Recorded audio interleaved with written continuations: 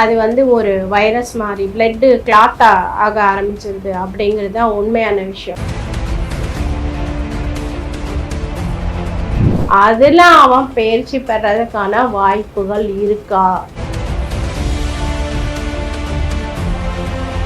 உங்ககிட்ட நேர்மை இருக்கு, அதே மாதிரி இல்லாதப்பட்டவனுக்கு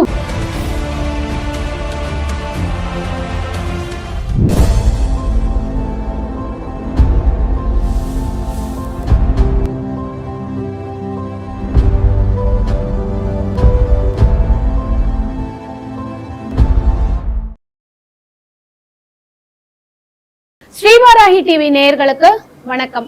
நம்மளுடைய சேனல்ல ஆன்மீகம், ஜோதிடம், வாஸ்து அப்படின்னு பலதரப்பட்ட பதிவுகள் பார்த்துட்டு வரோம்.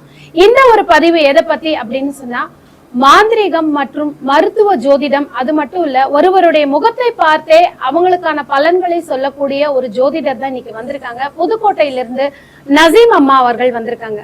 அம்மா வணக்கம். வணக்கம். எழுதப்பட்ட விதியை யாராலும் ஈசனே வந்தாலும் மாற்ற முடியாது. விதிங்கிறத விட இது வந்து சதின்னு தான் சொல்றேன். இது விதி இல்ல, சதி. அதையும் பண்ணிட்டாங்க அவங்க அப்படி ஆகணும்னு. இவ ரொம்ப நாளா இருக்காங்கல்லப்பா. அதாவது நான் என்ன சொல்றேன்னா, கேன்சர் போது ஃபர்ஸ்ட் ஸ்டேஜ், செகண்ட் ஸ்டேஜ் அப்படின்னா நம்ம காப்பாத்திக்கலாம். ஓகேங்களா? அந்த ஃபர்ஸ்ட் ஸ்டேஜுக்கு தான் டாக்டர்ஸ் வர சொல்லுவாங்க. ஓகேங்களா? நான் என்ன சொல்றேன், டாக்டரும் போய் அணுகுங்க, மருந்தும் எடுங்க. ஓகேங்க. அதே மாதிரி நம்மள மாதிரி இருக்கிறவங்களை பார்த்து அதுக்கு மறைமுகமான ஒரு ப்ரொடெக்டிவும் பண்ணும். நீங்க அந்த மூலிகை மருத்துவம் மூலமா அவங்களுக்கு அதுக்கான மருந்துகள் கொடுத்துட்டு வரீங்க. கேன்சருக்கு நீங்க மருந்து கொடுத்துட்டு வரீங்க. குணமாவுது. நிறைய மக்களுக்கு வந்து கேன்சர் அது வந்து ஒரு வைரஸ் மாதிரி பிளட் கிளாட் ஆக ஆரம்பிச்சிருது அப்படிங்கிறது தான் உண்மையான விஷயம். இப்போ நான் என்ன சொல்றேன்னா, பிளட் லிக்விடா இருக்கிற மாதிரி தான் மனிதனுக்கு அது வந்து நல்ல ஒரு செயல்பாடு கொடுக்கும். அது வந்து ஜாமாவ ஆரம்பிச்சிச்சுன்னா நம்ம இங்க உயிரோட இருக்கு. அந்த மாதிரி செயல்பாடுல தான் வந்து நம்மளுக்கு அதிகமா ஒரு இடத்துல ரத்தம் கட்டி இருந்துச்சுன்னாவே கிருமி உருவாகும். ஏற்கனவே நம்ம பாடியில கிருமி இருக்கு. ஆமா, எப்படி நம்ம வந்து குட் குரோமோசோம், பேட் குரோமோசோம், அந்த மாதிரி அந்த கிருமிக்கு என்ன தேவை? இப்ப கெட்டு போன உணவு கொடுத்தா என்ன ஆகும்? அதுவும் கெட்டுதான் போகும். இதுதான் கான்செப்ட். அப்போ அந்த கிருமிய வந்து அழிக்கக்கூடிய தன்மைகள் கண்ணுக்கு தெரியாத விஷயங்களும் இருக்கு. அதே மாதிரி வைத்திய ரீதியாகவும் நிறைய கண்டுபிடிச்சிருக்காங்க. அதெல்லாம் சால்வ் பண்ணியோ மெல்ட் பண்ணியோ எல்லாம் குறைக்க முடியாது. நம்ம கரெக்டான ப்ரொசீஜர்ல மருந்து கொடுத்து கிளியர் பண்ணிக்கலாம். இத நீங்க உங்களுடைய மூலிகை மருத்துவம் நீங்க படிச்சதன் மூலமா நீங்க செஞ்சுட்டு வரீங்க. எனக்கு அது மூலிகை ஆராய்ச்சியில இறங்குனதுனால இந்த விஷயங்கள் நம்மளுக்கு தெரியும். சரிங்களா? அதே மாதிரி இந்த பொண்ணு என்ன பண்ணிடுச்சுன்னா, அட்டகாசம் பண்ணிட்டு இருக்கு.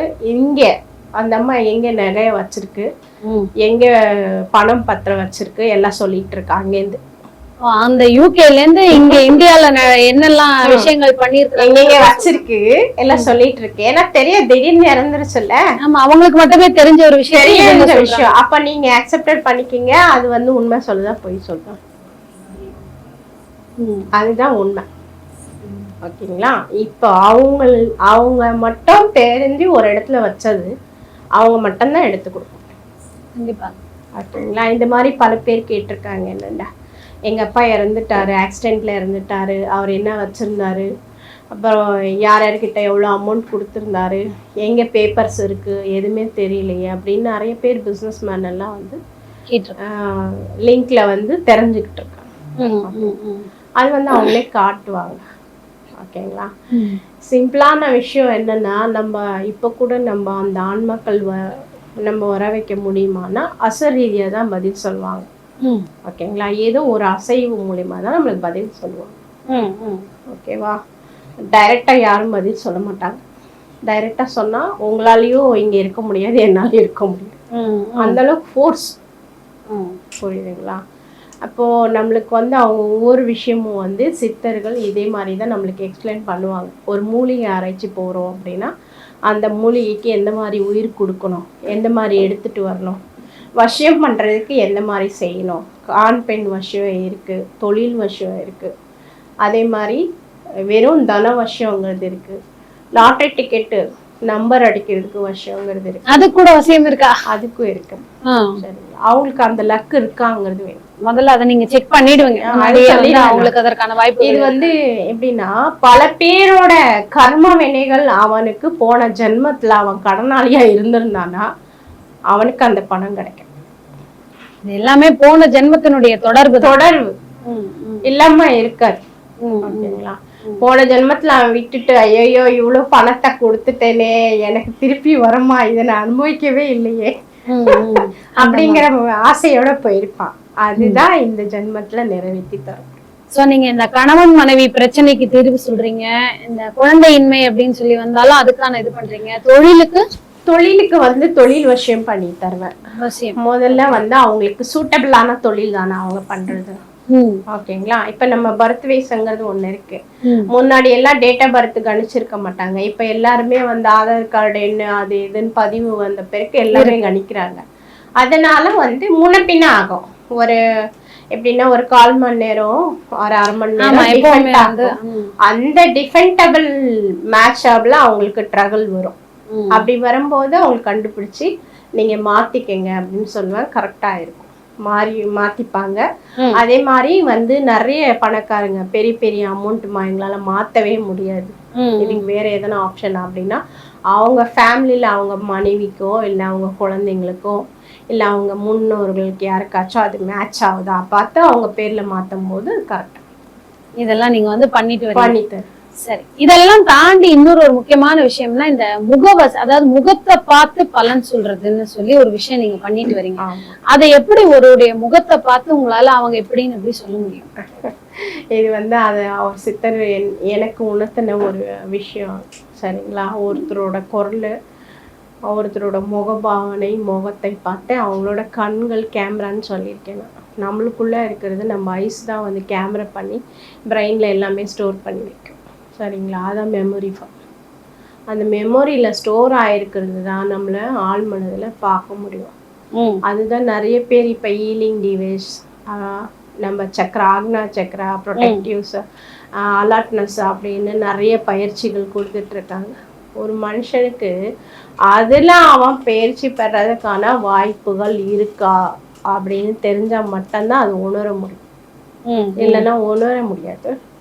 அவனுக்குள்ள இருக்கிற ஆக்டிவிட்டிஸ் கண்டுபிடிக்கவும் முடியாது. அதுதான் நம்ம என்ன சொல்லுவோம்னா, குழந்தைங்க வந்து நம்மளுக்கு ஜெராக்ஸ், நம்ம என்ன பண்ணுவோமோ அது பண்ணுவாங்க, நம்மளை காப்பி பண்ணி தான் அவங்க பழகுவாங்க. அவனுக்குள்ள ஒரு திறமை ஏதோ ஒன்று இருக்குன்னா அது யார் கண்டுபிடிக்கிறது? அவனோட வாத்தியாரா இருக்கலாம், இல்லை நம்மளாம் வந்து இவனுக்கு ஸ்பெஷலாக இந்த திறமை ஏதோ ஒன்று இருக்கு, டிஃப்ரெண்ட்டாக செய்கிறானே அப்படிங்கிறது கண்டுபிடிக்கும். அந்த மாதிரி எனக்கு இறைவி கொடுத்த சக்தி. உங்களை தேடி வரவங்கள நீங்க கண்ணுல பார்த்தா தேடிதான் வரணுமா இல்ல போட்டோ மூலமா அனுப்பிச்சாலே போதுமா? ஏன்னா வெளிநாட்டுல இருக்கவங்க எல்லாம் தேடி வருவாங்களான்னு கிடையாது. கொரோனா டைம்ல இன்னொரு சின்ன விஷயம் சொல்றேன் பாருங்க. கொரோனா டைம்ல வந்து லண்டன்ல ஒருத்தர் பெரிய டாக்டர், நான் அவங்க பேர் கொடுப்பிடல, ஹஸ்பண்ட் அண்ட் ஒய்ஃப் 2 பேரும் வந்து செட்டில் ஆயிருக்காங்க. 2 பேரும் டாக்டர், 2 பேருக்கும் 2 குழந்தைங்க, ஒரு ஆணு ஒரு பெண்ணு. சரிங்களா, கிட்டத்தட்ட 8 மாடி அடுக்கு கட்டிடம் கிளினிக் கட்டி மெயின்டைன் பண்றாங்க. நல்லபடியா போயிட்டு இருக்கு. ஃபர்ஸ்ட் கொரோனா ஆரம்பிச்சு செகண்ட் கொரோனாக்கு வந்து நான் இந்த விஷயத்த நான் வந்து நல்லபடியா போயிட்டு இருக்கு. போன்ல தான் பார்த்து சொல்லிட்டு இருக்கேன். அவங்களுக்கு சடன்லி யாரோ கொடுத்த ஒரு ராங் கமெண்ட்னால சீல் வச்சிட்டாங்க. அங்கதான் ஸ்ட்ரிக்டான ரூல்ஸ். ஏதோ ஒரு ஃபைல் போச்சு, ராங் ஃபைல் போச்சு, சீல் வச்சிட்டாங்க. என்னன்னா அவங்க எதிரிங்க உருவாக்குனா சுவிட்ச். இது வந்து வைத்தியம். சரிங்களா, ஒரு நாளைக்கு கிட்டத்தட்ட 8 அடுக்கு மாடினா எவ்வளோ செலவு பண்ணிருக்கலாம், எத்தனை லட்சம் கொட்டிருக்கலாம். புரியுதுங்களா, அவருக்கு என்ன பண்றதுன்னு புரியல. 30 நாள் ஓடி போச்சு, கிளினிக் மூடி. அப்போ அவரோட கிளைண்ட் வந்து என்னோட கஸ்டமர். அவங்க திடீர்னு வீட்டுக்கு போயிருக்காங்க பார்க்க. வீட்டுக்கு போயிட்டு ஹெல்த்தை பார்த்துட்டு, சார் நீங்கள் ஏன் கிளினிக் மூடி இருக்கீங்கன்னா இந்த மாதிரி ஒரு தவறான ஒரு கேஸ்னால மூடி இருக்கு அப்படின்னு சொல்லவும், சார் நீங்கள் நம்புறீங்களோ நம்பலையோன்னு சொல்ல, டாக்டருங்கிறதுனால எனக்கு தெரிஞ்ச ஒரு அம்மா இருக்காங்க, நம்பர் கொடுக்குறேன், நீங்கள் போகணுங்கிற அவசியம் இல்லை, ட்ரை பண்ணுங்க அப்படின்னு சொல்லியிருக்காரு. கொடுத்துட்டு எனக்கு சொல்லிட்டாரு, அம்மா இந்த மாதிரி கொடுத்துருக்கேன், எனக்கே வயிற்றுச்சலா இருக்கு. ஏன்னா நிறைய பேர் மக்கள் நோய்க்கு போவாங்க, அட்மிட் ஆவாங்க. அவ்வளோ மக்கள் கஷ்டப்படுது. நேர்மையானவர். புரியுதுங்களா? ஒரு ஆர்ட் ஸ்பெஷலிஸ்ட், கரெக்டான முறையில பணத்தை வாங்கி வேலை செய்யக்கூடிய ஒரு டாக்டர். அந்த வயிற்றுச்சலுக்காக அவங்க இந்த மாதிரி பண்ணிட்டாங்க. அப்போ அவரு திடீர்னு கணவன் மனைவி 2 பேரும் வந்து நைட்ல கால் பண்றாங்க. நைட் ஆனா நம்ம ஊர் டைமுக்கு நைட் 1:30 மணி ஆயிடுச்சு. அங்க பகல். ஃபோன் பண்ணி அம்மா இந்த மாதிரி கொடுத்தாங்க. நான் சொன்னேன், 1 மாசமா உங்களோட வேலைகள் முடங்கி கிடக்கு, கேஸ்ல இருக்கு. இப்போ உங்களுக்கு அதுதான் தீர்வு வேணும். நீங்க நேர்மையான பர்சன் இல்லையா? அதனால உங்களுக்கு இதுதான் கர்மம் வேணும். இது கொஞ்ச காலம் வந்து நீங்க அனுபவிக்கணும், அசிங்கங்கள் படணும் அப்படிங்கிற ஒரு எழுதப்பட்ட கர்மா. அப்ப அந்த கர்மா இந்த 30 நாள்ல என்ன பண்ணிட்டாரு? இறைவன் நீக்கிட்டார். நீங்க கண்டினியூ பண்ணலாம். உங்களுக்கு என்ன வேணும் அப்படின்னு கிட்ட அம்மா எனக்கு அது ஓப்பன் ஆனா போதும். இவ்வளோ பேஷண்ட் வந்து நம்மளுக்கு தேடி வராங்க. நான் இன்னும் சர்வீஸ் பண்ணணும்னு நினைக்கிறேன். என் பொண்ணு டாக்டர் படிக்க வச்சுட்டு இருக்கு. பையன் டாக்டர். அப்பா அம்மா டாக்டர், பையன் டாக்டர். அப்புறம் வந்து நான் சொன்னேன், உங்களுக்கு 1 வீக் டைம் தரேன். கிளினிக் வந்து யாரு கேஸ கொடுத்தாங்களோ அவனே கேஸ் எடுக்க வைப்பேன். அவரை வந்து திருப்பி கேஸ் எடுக்கிற மாதிரி பண்ணிட்டீங்க. எடுக்க வைப்பேன். நான் நீ இப்ப செஞ்சுட்டு இருக்கிறத விட ஒரு பங்கு அதிகமா கூட்டிக்க. உங்ககிட்ட நேர்மை இருக்கு. அதே மாதிரி இல்லாதப்பட்டவனுக்கு வருஷத்துல 6 பேருக்கு நீ ஃப்ரீ ட்ரீட்மெண்ட் பண்ண. கண்டிப்பா பண்றேம்மா. ஒரே ஒரு வாரம் தான் கிளினிக்கோட போட்டோ அனுப்பிச்சாரு, சீல் வச்ச போட்டோ அனுப்பிச்சாரு. அவங்களோட husband and wife date of birth. ஒரே வாரத்துல அந்த கவர்மெண்ட் அவங்களுக்கு அங்கத்து மணி எனக்கு அது சரியா தெரியல, அவ்வளோ நஷ்ட ஈடு கொடுத்து அந்த நாங்க தவறான கம்ப்ளைண்ட் ஃபைல் பண்ணிட்டோம் அப்படின்னு அவங்களே சீல் எடுத்து விட்டோம். இந்த மாதிரி ஒரு அற்புதங்களும் நடந்திருக்கு. ஏன்னா அது நான் நடத்தல, இறைவன் நடத்துறான். நம்ம ஒரு கருவிதான். கண்டிப்பா. புரியுதுங்களா? அதனால எல்லாம் என்ன சொல்ல வரேன்னா, மனிதர்களுக்கு மூட நம்பிக்கையும் இருக்கணும், நம்ம மேல நம்மளுக்கு கொஞ்சம் நம்பிக்கையும் இருக்கணும். நிச்சயமாக. நம்மள நம்ம நம்பி எல்லாமே பயப்படாதீங்க. அதே மாதிரி அடுத்து 10th 11th 12th எக்ஸாம் எழுதுற பிள்ளைங்களுக்கு என்னோட அன்பார்ந்த வேண்டுகோள் என்னன்னா, எவ்வளவு மார்க் எடுத்தாலும் பிரச்சனை இல்லை, அடுத்தடுத்து நம்ம ஆயுள் முழுக்க நம்ம எடுத்து ஜெயிச்சுக்கலாம். தவறான முடிவு எடுக்க வேண்டாம். நிச்சயமா இந்த நீங்க பதிவு பண்ண இந்த ஒரு கருத்து வந்து முக்கியமான கருத்து. ஏன்னா குழந்தைங்க மன உளைச்சல்ல நிறைய தப்பான முடிவு எடுக்கல. அதே மாதிரி பேரண்ட்ஸ் எதிர்பார்க்கறாங்க. பேரண்ட்ஸ்க்கு வந்து நம்ம பிள்ளை இது எடுத்தா போதும் அப்படின்னு நினைக்க மாட்டாங்க, பிரஸ்டீஜ் நினைக்கிறாங்க. ஓகேங்களா? எனக்கு 100க்கு 100 தான் வரணும் அப்படின்னா எல்லாரும் டாப் லெவல்லயே இருந்தா அப்ப லோ லெவல்ல யார் வேலை பாக்குறது? எல்லாரும் ஹீரோ ஹீரோயின் ஆயிட்டு ஆடியன்ஸா யார் இருக்காரு? சைடு ஆக்டர்ஸா யார் இருக்கிறது? காமெடியன்ஸ் எங்க வருவாங்க? வரமாட்டாங்கல்ல. காமெடியன்ஸ் இருந்தாதான் அந்த படத்துக்கே அழகு. வில்லன் இருந்தாதான் 4 ஃபைட் சீன்ஸ் இருக்கும். இது எதுவுமே இல்லைன்னாக்கா நம்மளுக்கு ஒரு நம்மளோட கேரக்டர்ஸ்க்கோ இல்ல நம்மளோட ஃபியூச்சருக்கோ அது இன்ட்ரெஸ்டிங்கான லைஃபா இருக்காது. அதனால இன்பம் துன்பம் 2மே இருக்கு இந்த உலகத்துல. பார்த்து பதமா நடந்துக்கிட்டு கரெக்டான முறையில பயன்படுத்திட்டோம்னா வாழ்க்கையை ஜெயிச்சிடலாம். அருமையா சொன்னீங்க. இன்னொரு முக்கியமான ஒரு விஷயம், ஒருத்தவங்க வீட்டுல பணம் தொலைஞ்சு போச்சு, டாக்குமெண்ட் தொலைஞ்சு போச்சு, இதுக்கு கூட நீங்க வந்து தீர்வு கொடுக்குறீங்க. அது மட்டும் இல்ல, இந்த சின்ன வயசுல ஓடி போனவங்கன்னு சொல்லி இருப்பாங்க, வீட்டை விட்டு போனவங்க, கணவர் விட்டு பிரிஞ்சு போய் 10 வருஷம் ஆச்சு, இல்ல எந்த உறவுகள் வேணா இருக்கட்டும், பல வருஷம் ஆச்சு, அவங்க உயிரோடு இருக்காங்களா, திருப்பி வருவாங்களா, இந்த மாதிரி விஷயமும் நீங்க சொல்றீங்க. போட்டோ டேட் ஆஃப் பர்த் தான். அவங்களோட டேட் ஆஃப் பர்த் வச்சோம்னா நம்ம ஆயுள் கணிச்சிருவோம். அப்போ அவங்க உயிரோட இருக்காங்களா இல்லையாங்கிறது சொல்லிடுவேன். எந்த திசையில இருக்காங்க, வர்றதுக்கூடிய வாய்ப்புகள் இருக்கா இல்லையாங்கிறது சொல்லிடுவேன். சரிங்களா? அதே மாதிரி நம்மளே சில பொருட்கள் வச்சுட்டு மறந்துருவோம். சரியா? இல்லைன்னா திருடு போயிருக்கோம். ஆமா. ஓகேங்களா? அது எடுத்தது யாரு, அதே எப்படி சொல்ல முடியும்? சொல்ல முடியும். ஓகேங்களா? அந்த ஒரு ஃபங்க்ஷன்ல வந்து என்ன நடந்துச்சு, ஃபங்க்ஷனா இருந்துச்சா இல்லையா, நம்ம ரிலேஷன் மேக்சிமம் பாருங்க, வீட்டுல வந்து நம்ம வச்சிருக்கிற பொருள் வந்து வெளியாளுக்கு தெரியாது. கண்டிப்பாக வீட்டாளுக்கு தான் தெரியும்.